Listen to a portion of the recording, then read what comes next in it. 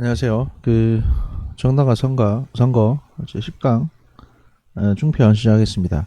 제가 속도를 좀 빨리 내겠습니다. 10강 중편에서 이걸 마무리하고 10강 하편 11강에서 이제 여러분들 리포트 주제 내신 거 있죠? 기말. 그거 피드백을 하고 그러니까 아마 11강 하, 상, 중까지 될 것 같고 11강 하부터 12강까지는 이제 국가별 정치 형태 권력 구조 형태에 대해서 저희가 한다고 했고요. 이게 이제 13강까지 쭉 이어질 겁니다. 그래서 오늘 이제 11월 24일인데 제가 이제 진도가 좀 늦었는데 오늘 내일 중으로 제 생각으로는 지금 13강 그러니까 이번 주차까지 완전히 마무리하는 걸로 저는 지금 그렇게 생각을 하고 있습니다. 이 코로나 문제 때문에 자꾸 이제 상황이 좀 심각해지니까 미리미리 좀 해놔야 될 필요가 있어서 일단 제가 지금 오프라인 강의를 나가는 거를 일단 온라인으로 다시 아마 전환시켜야 될 것 같거든요.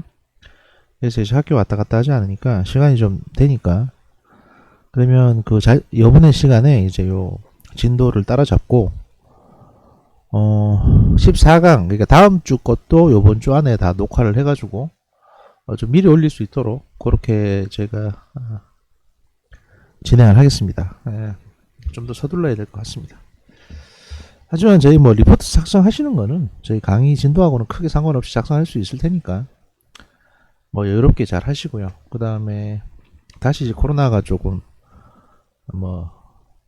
감염이 여기저기 전파가 돼서 지금 감염자가 늘고 있는데 여러분들 개인 건강에도 주의를 좀 하시기 바랍니다. 아무리 젊다고 하더라도 가는 거는 순서가 없습니다. 그러니까 가는 거는 순서가 없어요. 그러니까 아무리 젊다고 하더라도 미리미리 개인 건강에 유의를 하시고 또 개인 방역 이런 것도 이제 유의하셔가지고 잘 피해갈 수 있도록 그렇게 하도록 하겠습니다. 그렇게 해주십사 하는 게 이제 제 강사의 마음입니다. 그러면 저희가 시작을 하겠습니다. 지난번에 했던 거에 이어가지고 선거구 인구 편차와 표의 등가성이라고 해서 소선거구제나 중선거구제 등은 일반적으로 지리적 행정적 이유 등으로 인해서 선거구 간의 인구 편차가 발생하는 경우가 많습니다. 그런데 이제 선거구 간의 인구 편차가 큰 경우에는 표의 등가성을 크게 훼손할 수 있습니다. 예를 들면 이제 인구 30만 명이 한 명을 선출하는 선거구와 인구 10만 명이 한 명을 선출하는 선거구가 있을 경우에 전자의 선거구 유권자의 표 가치는 후자의 3분의 1에 불과하다는 거죠. 그러니까 이제 대충 무슨 느낌인지 아시겠죠? 근데 사실 표의 가치가 이렇게 이제 차이가 직접적으로 나는 건 아닌데 당선자를 선택할 때 계산을 하다 보니까 이렇게 된다. 그래서 이제 가능한 한 사실상 대의제라는 게 가능한 한 이제 사표를 좀 줄이기 위해서 최대한의 노력을 하는 거를 대의제의 기본 철학이라고 한다고 보면 이런 차이를 좀 줄이는 게 어떻게 보면 이제 뭐랄까요? 이런 차이를 그나마 조금이라도 줄여 나가고자 하는 게 그러니까 이제 줄이는 게 어떤 정치학 하는 사람들의 목표겠죠. 목표라고 보시면 되겠습니다. 하여튼 이제 그런 거고.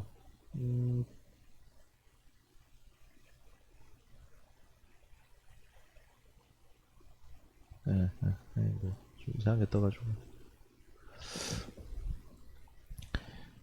따라서 선거구 간에 이제 인구 편차를 최대한 줄여야 유권자 표의 등가성을 보장할 수 있는 겁니다. 그래서 이걸 비례로 할 때 어떻게 하고 또는 표를 갖다 다음 넘겨서 이제 한 구에 이제 2명이 당선되게 한다든지 여러 가지 방식을 우리 이전에 배웠듯이 취해봤죠. 그래도 사실은 충분치 않습니다. 솔직히 말씀드리면 그런 것들이. 따라서 이제 선거구 그러나 각 정당의 정치적 이해관계에 따라서 인구 편차를 묵인하고 선거구 획정을 하는 경우가 발생을 합니다. 우리나라도 민주화 이전에는 집권당에 유리하도록 집권당 강세 지역인 농촌 지역에 의석수를 많이 배정하고 도시 선거구의 의석을 상대적으로 적게 배분했으며 그 결과 농촌이 이제 과대 대표되고 도시가 과소 대표되는 현상이 나타났습니다. 이러한 선거구 간의 과도한 인구 편차는 정치권의 합의가 아니라 헌법재판소의 결정에 의해서 조정이 되어 온 게 사실입니다. 재헌국회에서부터 8대 국회의원 선거까지는 선거구 기준 인구나 상한선만이 제시되어 있어서 인구 편차의 등가성을 비교하기에는 적합하지 않았습니다. 이후에 이제 중선거구제였던 9대에서 12대를 보면 그 12대 국회의원 선거구의 인구 편차가 5.97대 1, 그러니까 하여튼 6대 1쯤 되죠. 가장 컸습니다. 그 민주화 이후 소선거구제가 도입된 후에도 초기에는 인구 편차가 4대 1을 전후한 범위에서 결정이 됐고요.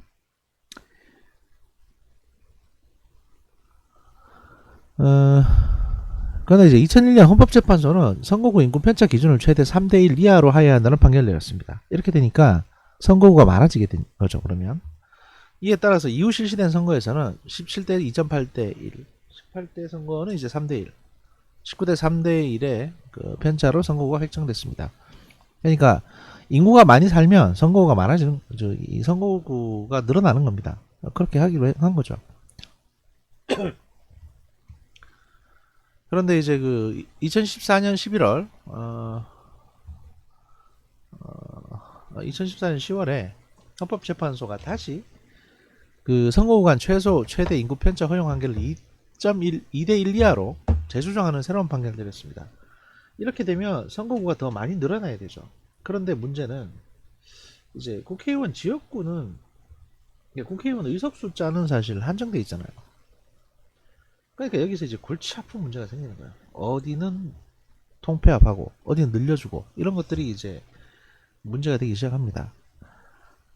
그래서 선거구 획정 기준에 있어도 무엇보다 인구 대표성이 가장 중요하다라는 판단이었고, 이에 따라 2016년 선거부터는 이 기준을 적용해서 선거구를 다시 획정합니다. 비록 이제 헌법재판소 판결에 의한 변화였지만 선거구 관련 제도 개선의 결과 현재 선거구 인구 편차는 상당히 줄어들었고 표의 등가성도 크게 개선됐습니다. 그래서 이제 농촌에서의 한 표나 도시에서의 한 표가 크게 다르지 않은 한 표가 됐다 라는 거죠.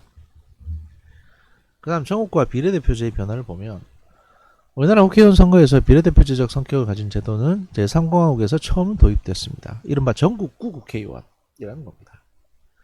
전국구는 각 정당이 전국구 국회의원 정수 내에서 후보자 순위를 정해서 그 명부를 제출하면, 이건 이제 폐쇄식이라고 하는데 이거는 개방형이 아닙니다. 왜냐하면 이게 이제 한번 제출하면 거기서 그냥 끝인 겁니다. 더 추가할 수도 없고 뺄 수도 없고. 선거 후에 각 정당별 지역구 득표율에 따라서 당선자를 결정하는 제도입니다.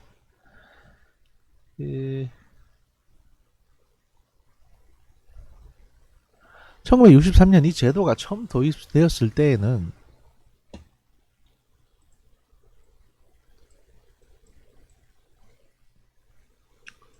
지역구 득표율과 관계없이 제1당의 전국구 의석의 50% 이상을 우선 배분하도록 해서 정당 간 경쟁의 공정성을 제도적으로 심각하게 침해했습니다. 그러니까 무조건 일단 1당만 되면 50%를 먹고 들어가니까 어쨌든 다수당이 되어버리는 거잖아요. 당시 군부는 이제 직능대표 발굴, 그러니까 직능대표는 뭐 예를 들면 그런 겁니다. 뭐냐면 이제 운동선수 중에서 한 명, 과학자 중에서 한 명, 뭐 이런 식으로. 그 다음 사표 방지, 표가 이제 죽는 거, 그러니까 뭐 예를 들어서 그 가능한 한 이제 모든 민의를 받아들이는 선거를 하겠다라는 거죠. 그러니까 이제 헛되게 이렇게 이게 버려지는 표가 없도록 하겠다, 뭐 그런 얘기라고 보시면 되고요. 그리고 후보자 난립, 막대한 선거비용 소요, 지연 혈혈 등의 정실을 좌우하는 폐단 방지 등을 전국구 제도의 도입을 이유로 내세웠습니다. 그러니까 검증된 사람을 국회의원에 한 6분의 1 정도는 검증된 사람으로 각 정당에서 그 국회의원 자리를 주자, 뭐 이런 거죠. 그러니까 이게 취지는 좋아요. 뭐냐면 그냥 계속 공부만 한다든지, 또는 뭐 정치라는 것도 보스 기질이 필요하고 돈이 필요하고, 이 당시만 해도 뭔가 사람들을 끌어모으는 매력이 있어야 되는데 그런 매력은 없는데 그 일은 잘하는 사람들이 있거든요. 그러니까 또는 이제 일은 잘하는데 돈이 없거나 뭐 이런 사람들을 위해서 이제 국회의원 몇 자리는 그 낙하산 형태로 주는 걸로 이렇게 이제 제도를 만들어 놨던 겁니다. 그러나 실제 이 제도는 집권당에게 보너스 의석을 주는 제도로, 특히 지역의 지지 기반이 없는 군부 출신 지도자들이 국회의원이 되는 수단이 됐습니다. 근데 이제 야당 전국구 제도는 제1야당에게도 상대적으로 유리하게 돼 있어가지고 야당의 정치적 반발이 적었습니다. 제1야당도 상당히 많이 얻는 게 있죠. 특히 이제 그 기부금, 특별 당비라고 부르는 기부를 많이 한 사람을 이제 전국구에 공천하는 이런 식으로 해서 이제 국회의원 숫자를 늘리고 당의 재정도 튼튼하게 하고 뭐 이런 용도로 사용을 했기 때문이죠. 전국구 제도는 제4공화국 유신체제가 들어서면서 폐지가 됐습니다. 그러나 이를 대체하는 새로운 국회의원 선출 제도가 도입되면서 그 선거 경쟁의 불공정성은 그 오히려 종래 전국구 제도를 능가하게 됐습니다. 이게 이제 소위 유정회라는 건데요. 이건 굉장히 특이한 제도입니다. 이게 이제 뭐냐면 유신헌법은 국회의원의 3분의 1을 대통령이 지명하면 통일주체 국민회의에서 인준하도록 했고 이로 인하여 국회의 33%, 3분의 1이 국민들의 선택과는 관계없이 대통령이 선택한 사람들로 구성되는 그 비민주적 제도가 등장을 했습니다. 그러니까 이게 뭐 지금 사실 그 국회의원 공천도 뭐 거의 뭐 대통령 청와대나 또는 뭐 당에서 결정하는 거긴 합니다만 이때는 투표도 필요 없어요. 그냥 대통령이 이제 지가 한 3분의 1은 무조건 갖고 들어가는 거예요. 이렇게 되면 사실 그 3분의 1을 갖고 들어가지 않습니까? 이렇게 되면 사실 국회의원 선거 하나만 합니다.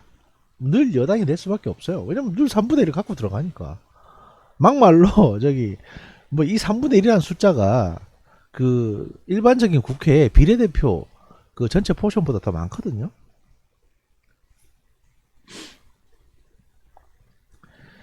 보통 이제 비례대표 숫자가 국회의원 정수의 6분의 1 정도인데 세상에 3분의 1을 가져간다는 게 뭡니까 이게. 그러니까 300명이라고 하면 100명을 대통령이 임명하는 겁니다. 100명을. 100명이면요 그냥 요즘 같은 기준에 자한당도 100명을 못 넘는 걸로 제가 알고 있는데 이들은 국회에서 유신정우회라는 별도의 교섭단체를 만들었습니다. 이게 유신정우회, 유신헌법을 지지하는 정치적인 동지들의 모임. 나치 같은 거죠. 그러니까 나치 같은 거예요. 그냥 사조직. 이런 게 사실 우리 과거입니다.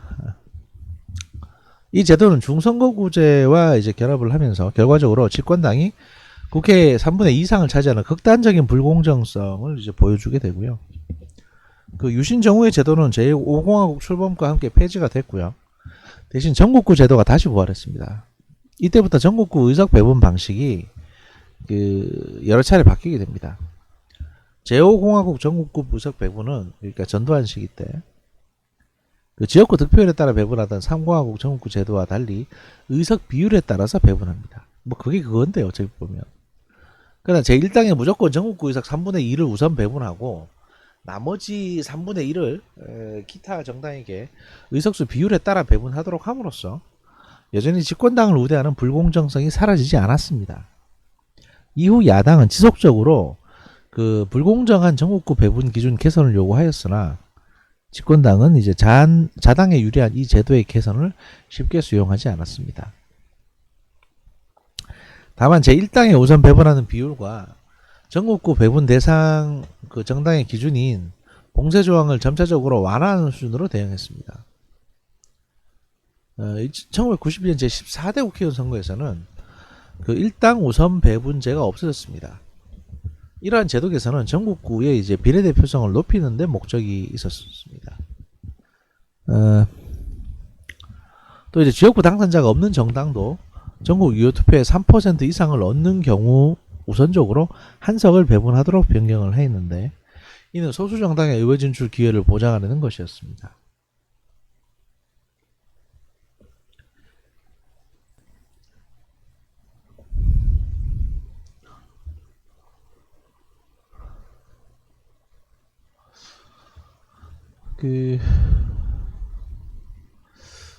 이거는 별로 특별한 사항은 없고요. 그 전국구 제도는 2000년 제16대 국회의원 선거부터 그 명칭이 비례대표제로 바뀌게 됩니다. 그러나 이때까지도 그 지역구 선거에서 각 정당에 획득한 득표수를 기준으로 그 전국구 의석을 배분했기 때문에 그 유권자가 직접적으로 비례대표에 그 대한 선호를 표시할 수가 없었습니다. 이런 문제를 해결하기 위해서 2004년 제17대 그 국회의원 선거에서는 1인 2표제를 도입해서 그 지역구 후보자 외에 별도로 그 비례대표 선출을 위해 정당에 투표를 하도록 그렇게 했습니다. 이에 따라서 이제 비례대표 의석은 각 정당의 비례대표 득표율에 따라 정당별로 배분되었고, 그 비례대표제는 비로소 그 의미에 맞게 그 유권자의 선택과 선거 결과의 조응성 및 그 비례성을 높이는 긍정적 효과를 가져왔습니다. 그 조응성이란 건 뭐 대충 이제 한문으로 표현한 건데요. 그러니까 뭐 조화롭게 그 또 뭐 그러니까 이제 어울리고 뭐 그런 걸 말하는 거죠. 선거 결과의 그 결과와 어느 정도 이제 비슷한 수준으로 나온다라는 거고요. 1인 2표제 도입은 정당의 지역구 득표율에 따라 비례대표 의석을 배분하는 종래 방식이 위헌이라는 헌법재판소의 결정에 따른 것이었습니다. 예. 그리고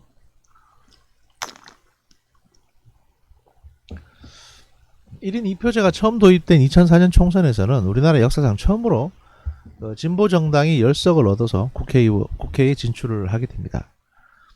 당시 진보 정당이었던 민주노동당은 그 정당 투표에서 13%를 득표를 해서 비례대표 의석 8석을 얻고 지역구에서 2석을 얻어서 모두 10석으로 그 제3당의 지위를 차지했습니다.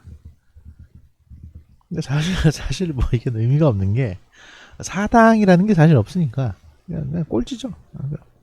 그 외에는 뭐 그냥 무소속으로 한두 표 뭐 이런 정도고, 사당이라고 해봤자 뭐 2명, 1명 뭐 이런 수준이니까. 1인 2표제가 도입되지 않았다면 이런 현상은 일어날 수 없었을 겁니다. 왜냐하면 이제 주로 다 싹쓸이 해갔을 테니까요. 그러니까 이제 정식으로 봤을 때 이 민주노동당은 만약에 비례가 없었다면 그냥 전국 대비해서 3% 이상도 되기 힘든 이런 정당이었다라는 거죠. 소선거제의 경우 유권자들이 사표 방지 심리에서 거대 정당에 투표하는 현상이 있기 때문에 민주노동당처럼 군소정당은 지역구 투표율이 낮아서 이를 기준으로 의석을 배분하게 되면 그 비례대표 의석을 차지하기가 매우 어렵기 때문입니다. 이건 뭐 지금의 정의당도 사실상 거의 마찬가지입니다. 지역구가 거의 있으나 마나한 수준인 거죠, 사실. 그런데 1인 2표제에서는 유권자들이 지역구 후보 선거에서는 대정당에게, 큰 정당에게 투표하고, 비례대표 선거에서는 군소정당에게 표를 던지는 소위 분할 투표가 가능하기 때문에 군소정당에게 매우 유리하고요. 당시 민노당은 전체 지역구 득표율이 4.3%에 불과했으나 정당 득표율은 13.0%로 그 정당 투표에서 엄청난 이득을 보았습니다.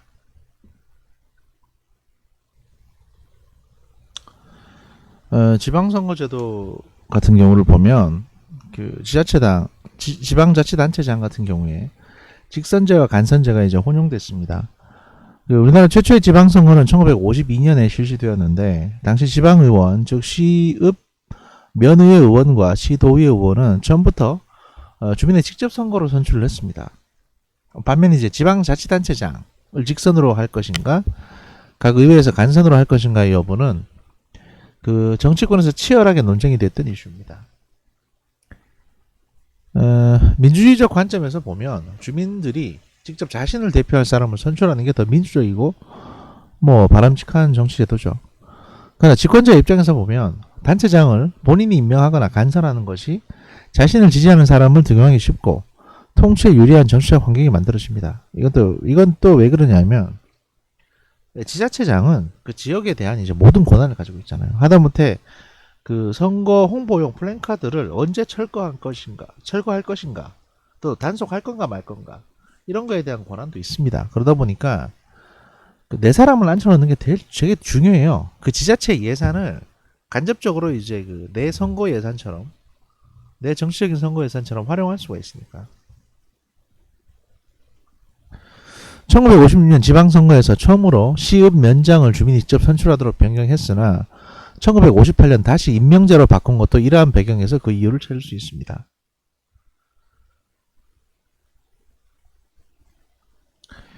그 제2공화국에서는 1960년 지방선거가 실시가 되었습니다. 이 선거에서는 그 제1공화국 말에 폐지되었던 시흥 면장 직선제가 부활됐고 시도지사 및 서울특별시장도 주민 직선으로 선출하도록 바꿨습니다.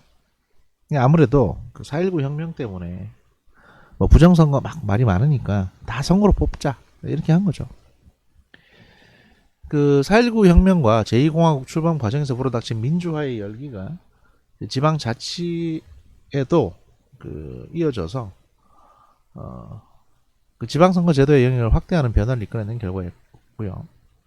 제3공화국 이후 중단된 지방선거가 민주화 이후 부활되고서도 지방자치단체장 직선제는 그 실시 여부를 두고 여야가 논란을 벌인 정치적인 쟁점이기도 했습니다. 그러니까 제2공화국 때 이렇게 한번 해보다가 그 5.16 쿠데타로 바로 이제 폐지됐죠. 그러고 또 부활이 될 때까지 자치단체장을 직선제로 뽑냐 아니냐 이게 이제 계속 이슈가 되어 왔습니다. 이게 왜냐하면 자치단체장이 이제 예산 독립을 완전히 돼 있으면 상관이 없는데 예산도 100% 독립 못한 애들이 이제 선거 대비한다고 선심성 예산을 막 써제끼기 시작하면 그 지역에 오히려 해가 될 수도 있다. 뭐 이런 판단들이 있었던 겁니다.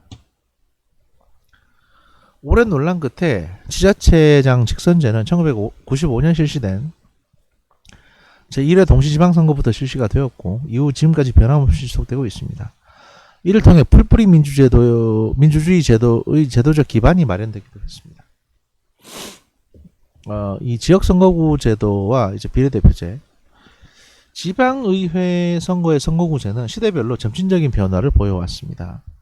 제1공화국 첫 지방선거에서는 소선거구제와 중선거구제를 병행했고 1956년부터는 시도의회 의원 선거에 한해 소선거구제를 채택했습니다.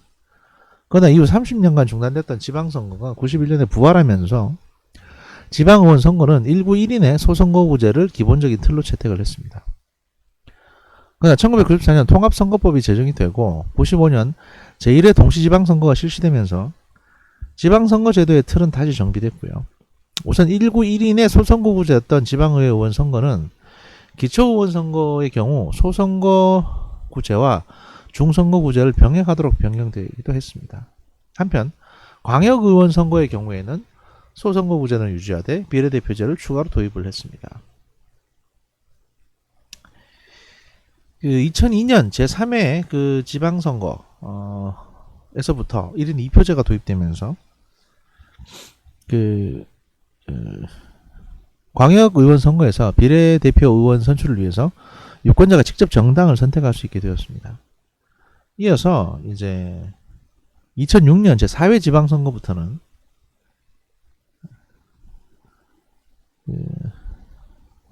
기초의원 선거에서도 비례대표제가 도입이 됐고요.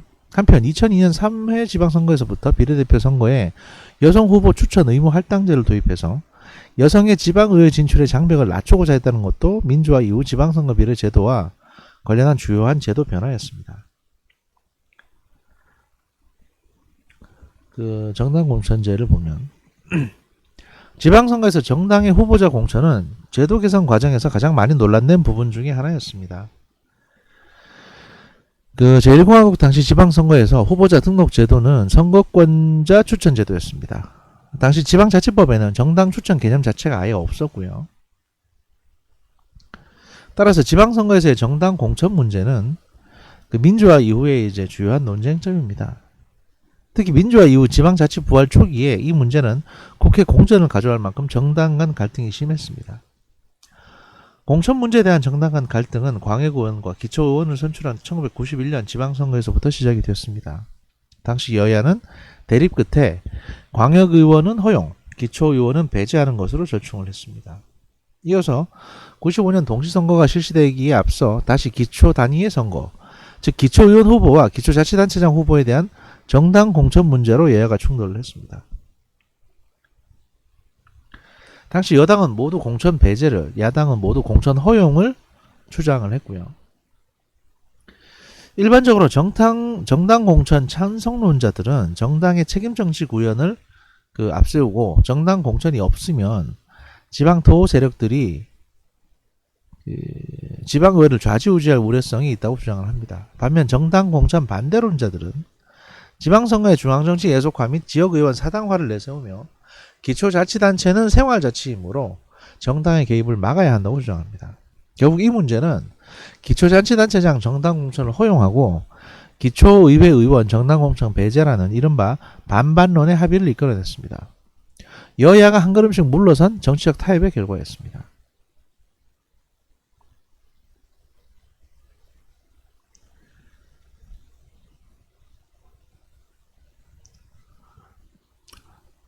그 기초의회 의원 후보에 대한 이제 그 정당 공천은 저기 2006년 제4회 동시지방선거부터 허용됐고요. 그러나 이러한 제도 변화는 정치권의 노력이 아니라 기초의회 의원 선거 정당 공천 금지에 대한 2003년 헌법재판소 위원 결정에 대한 결과였습니다. 기초의회 의원 후보의 정당 표방 문제에 대해 헌법재판소는 유권자들이 선거권을 행사함에 있어 참고할 중요한 사항을 제공하고 국민의 정치적 의사 형성에 참여하는 정당의 활동을 효과적으로 보장하기 위한 것이라고 명시했습니다. 이에 따라 2005년 공직선거법 개정에서 모든 지방선거에서의 정당 공천을 허용하였습니다.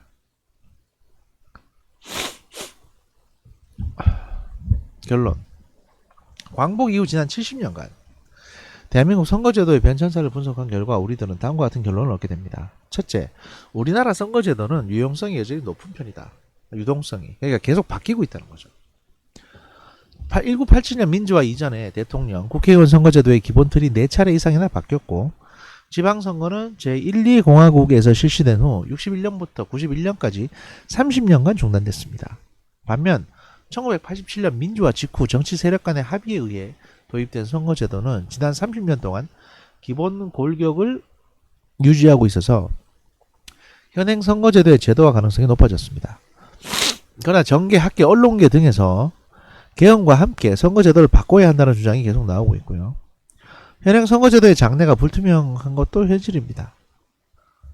현행 제도의 정착 여부는 지금 논의되고 있는 개헌 여부가 판가름 나는 이제 그 내년 지방선거, 그러니까 이제 올해 지방선거, 그러니까 2018년 지방선거가 최대 고미가 될 것으로 전망된다고 했죠. 근데 사실 뭐 개헌은 지금 2020년도 지금에 와서 우리가 이제 이걸 보고 있으면 개헌은 아직 안 될 것 같다. 개헌은 먼 얘기구나. 이렇게 이제 보여지고 있는 거고요. 둘째, 민주화 이전에 우리나라 선거제도의 변화는 국민의 의사를 반영하거나 사회 경제적 변화를 수용하는 자연적인 발전 과정이 아니라 집권 세력의 정치적 목적 달성을 위한 자의적 조작의 성격이 매우 강했습니다. 1960년 선거제도 변경만이 유일한 예외였고요. 1950년 대통령 직선제 도입을 위한 발췌 개헌, 1954년 초대 대통령 중인 제한 철폐를 위한 4.4.5입 개헌, 5.16 이후 대통령 직선제 및 그 지역구 직접선거와 전국구 간접선거를 혼합한 국회의원 선거제도 도입, 그리고 지방선거 중단, 1969년 삼선 개헌, 1972년 유신헌법 도입을 통한 대통령 간선제와 대통령의 국회의원 3분의 1 지명, 그리고 이제 119 2인 선출의 중선거구제 도입, 1980년 신군부의 대통령 선거인단 간선제 도입 등은 집권 세력의 자의적인 제도 변경 사례들입니다. 이렇게 민주화 이전의 선거제도 변천사는 한국 정치의 파행성을 그대로 보여주고 있습니다. 마지막으로 지적할 것은 향후 선거제도의 개선 방향입니다. 민주화 이후 선거제도가 많이 개선이 돼서 선거민주주의의 정착에 크게 기여하였으나 아직 부족한 점이 많습니다. 그동안 국회, 헌법재판소, 선거관리위원회, 학계, 언론계, 시민사회 등이 노력한 결과 비례대표 직접 선출을 위한 1인 2표제 도입이나 비례대표 의석 배분 방식의 개선, 그리고 제외 국민 선거권 부여, 국내 거주 외국인에게 지방선거권 부여, 선거구 인구 편차 2대1 이하 조정, 사전투표제 도입, 선거운동 방식 개선, 불법 타락 금권선거 방지책 도입 등의 성과를 거두기도 했습니다. 앞으로 그 선거제도의 문제점을 개선하려면 무엇보다 종합적이고 미래지향적인 시각이 필요합니다. 선거제도는 정부 형태나 정당제도, 정치 문화 등과 조화를 이루어야 되고 지역 갈등과 같은 기존의 사회균열을 완화할 수 있는 방향으로 개선되어야 됩니다. 근데 미국 같은 경우는 그게 오랫동안 개선이 안 되었기 때문에 사실 미국의 현재 그 상황에서 아직도 대통령이 누군지를 모르는, 이게 선거 지금 끝난 지 일주일이 지났는데 이런 상황이 굉장히 이제 좀 비현실적으로 보이는 거죠. 더욱이 남북한 통일에 대비하고 정보화, 세계화 등 사회 경제적 변화를 수용할 수 있는 미래지향적 방향으로 선거제도가 개선되어야 될 것입니다. 특히 현행 공직선거법이 유권자의 알 권리와 정치적 표현의 자유를 과도하게 제한함으로써 유권자와 후보자 간의 접촉과 정보 전달을 차단하고 있는 점은 반드시 개선되어야 할 점입니다. 선거운동의 자유는 헌법의 기본권에 속하므로 이를 최대한 보장하기 위해 선거운동 규제를 대폭 줄여야 합니다. 그리고 현행 국회의원 선거제도는 득표율과 의석률의 차이가 높은 편인데 양자 간의 차이를 줄여 국민의 의사가 왜곡되지 않는 방향으로 개선되어야 할 것입니다. 이러한 제도 개선과 함께 공명정대한 선거 문화가 정착되어야 되는데 이건 뭐 그냥 가능성이 없는 얘기니까 공명정대한 선거 문화는 기대하지 마시고요. 선거 과정에서 참여하는 후보자, 정당, 유권자, 시민단체가 아마 공정선거의 실천 의지가 없으니까 제도 개선도 안 되고 있는 겁니다. 지금 다 지금 지네들 지지하는 정파 뽑으려고만 들지 뭐 어떻게 좀 뭐 없어요. 아예 뭘 해보겠다는 게. 따라서 불법, 타락, 관건, 부정, 금권 선거가 없는 공명정대한 선거 문화의 정착이 무엇보다 더 필요하다라는 게 이제 그 10강 중편의 결론입니다. 시간이 어떻게 하다 보니까 한 30분 남짓 됐는데 일단 중편은 여기서 30분에 끊고 하편 그리고 이제 11강 상편 이런 식으로 시간을 넘겨가지고 좀 길게 하도록 그렇게 하겠습니다.